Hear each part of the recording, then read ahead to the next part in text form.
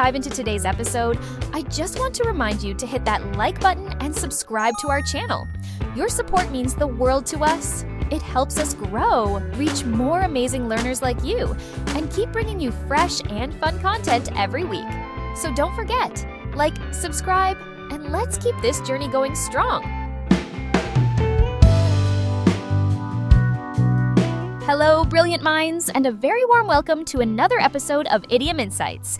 I'm Emma, and I'm so glad you've chosen to spend some time with us today, exploring the curious and wonderful alleyways of the English language. And I'm Jack, your partner in linguistic crime, here to crack the codes and share a few smiles along the way. It's great to be back, Emma. I feel like today we're diving into a set of idioms that are all about big life concepts: opportunities, obsessions, freedom, and futility. It's some heavy stuff. It sounds heavy, but these phrases are actually woven into our everyday conversations in very light and interesting ways.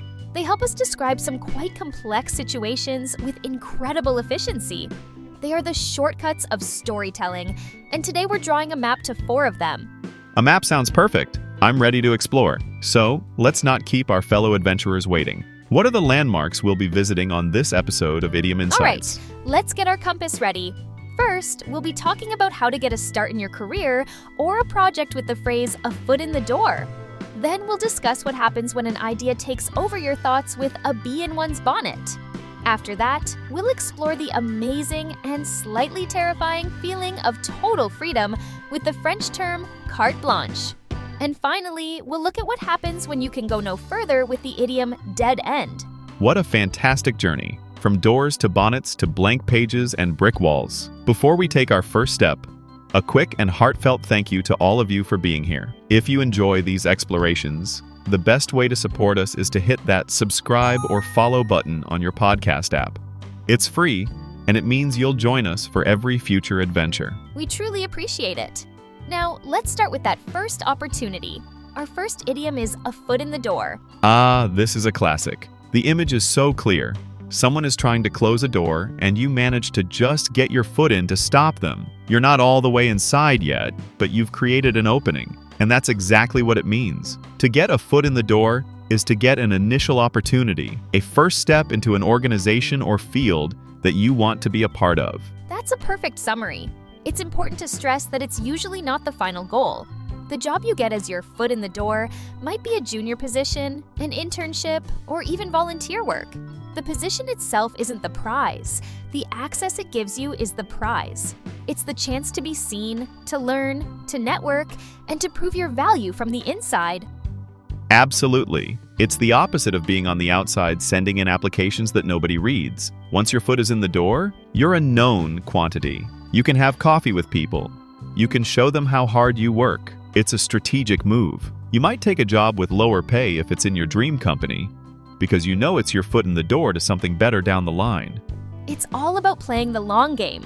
Let's hear a conversation that illustrates this perfectly. Here are Mia and Mark seems to be very excited about a new job. You look incredibly pleased with yourself. Let me guess. The interview you had this morning at that big tech company went well? It went better than well. They just called and offered me the position.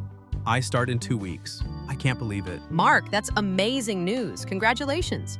So you're going to be a software developer there? I thought they said they weren't hiring for that role. Oh no, it's not the developer role. Not yet. The job is technically junior administrative assistant to the engineering department. It's mostly scheduling meetings and ordering supplies. Oh, well that's nice. I'm a little confused.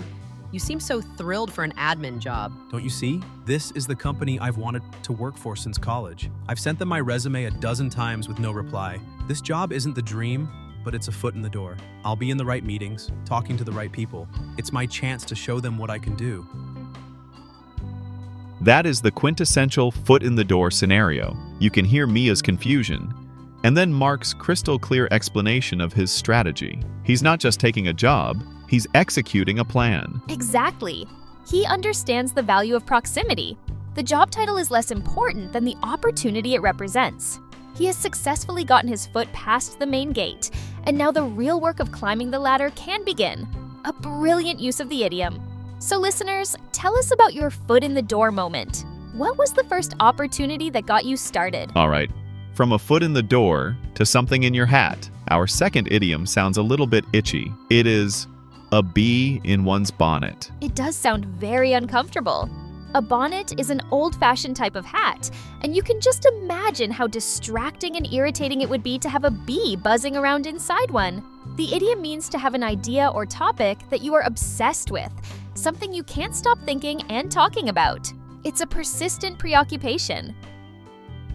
It's like a thought that gets stuck and just keeps buzzing. It's not necessarily a bad idea. It could be a plan for a new garden, a political opinion, or a new hobby, but the defining feature is the person's fixation on it. They will bring it up in every conversation. You can almost see the bee buzzing around their head. I think what's interesting is that it's often used by an observer, not the person themselves. You wouldn't usually say, "I have a bee in my bonnet." You would say, "My dad has a real bee in his bonnet about recycling," because it's all he talks about at dinner. It highlights the obsession from an outside perspective. That's a great point. Let's listen to Mia and Mark. It sounds like Mark is noticing a new passion of Mia's. Are you on that website again?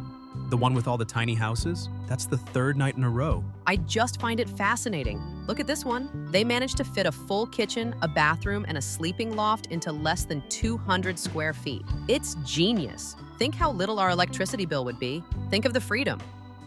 I know. You mentioned it at breakfast, and when we were walking the dog. We live in a 2-bedroom apartment, my love. We are not moving into a tiny house tomorrow. I'm not saying we should move tomorrow. I'm just exploring the philosophy of minimalism. It's about living intentionally, not just about the space. It's a whole movement. I can see that. You've really got a bee in your bonnet about this, haven't you? Let me know when you start measuring the garden for a foundation. You can hear the obsession in Mia's enthusiastic voice, can't you? She's completely captivated by this idea of tiny houses and minimalism.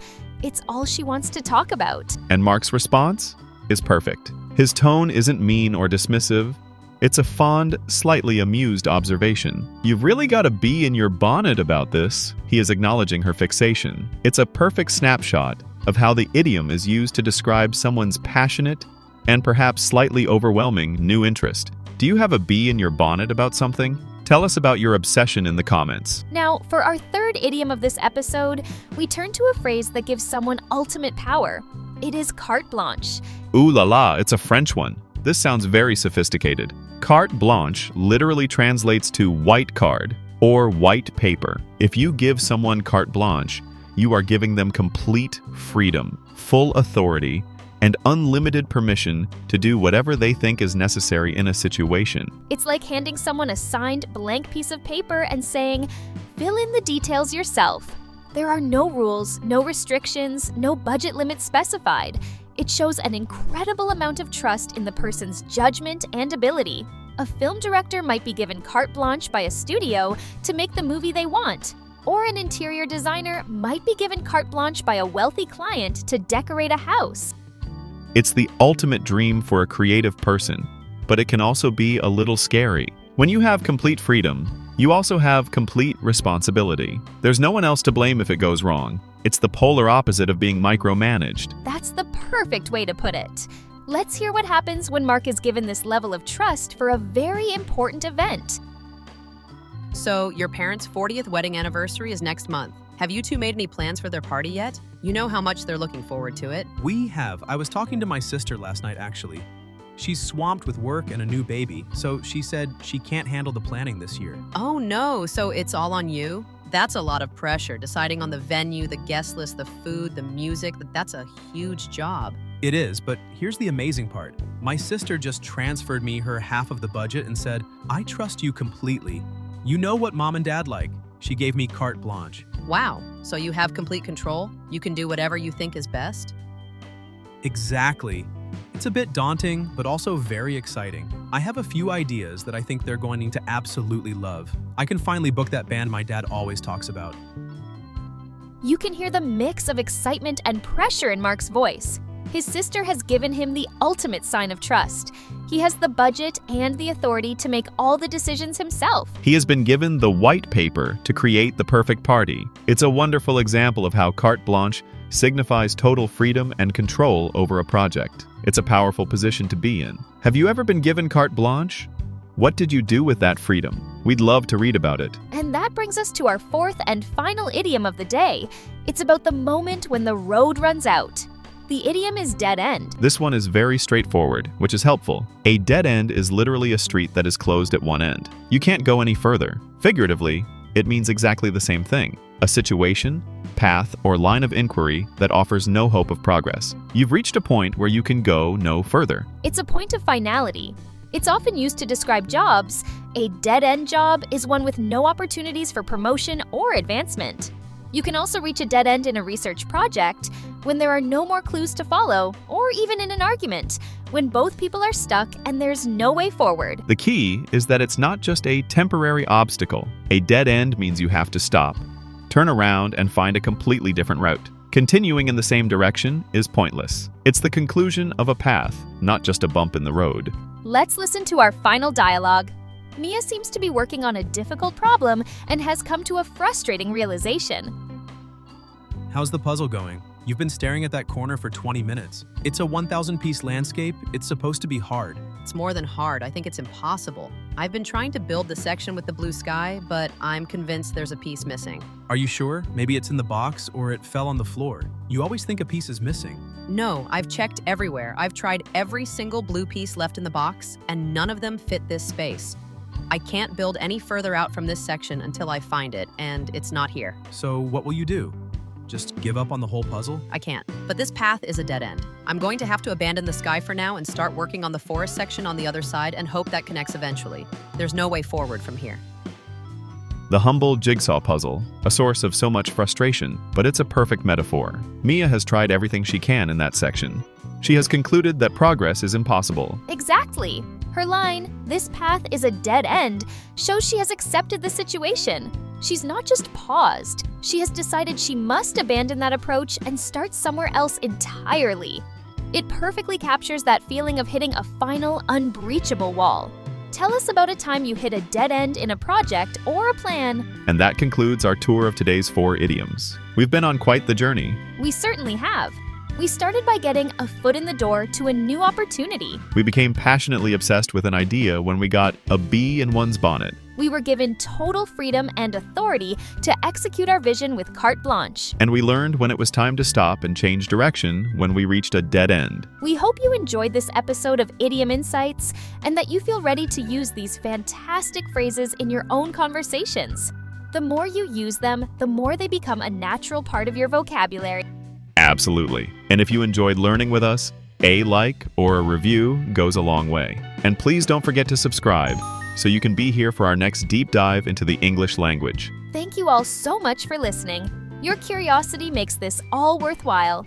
Until next time, goodbye. Farewell, everyone. Keep learning.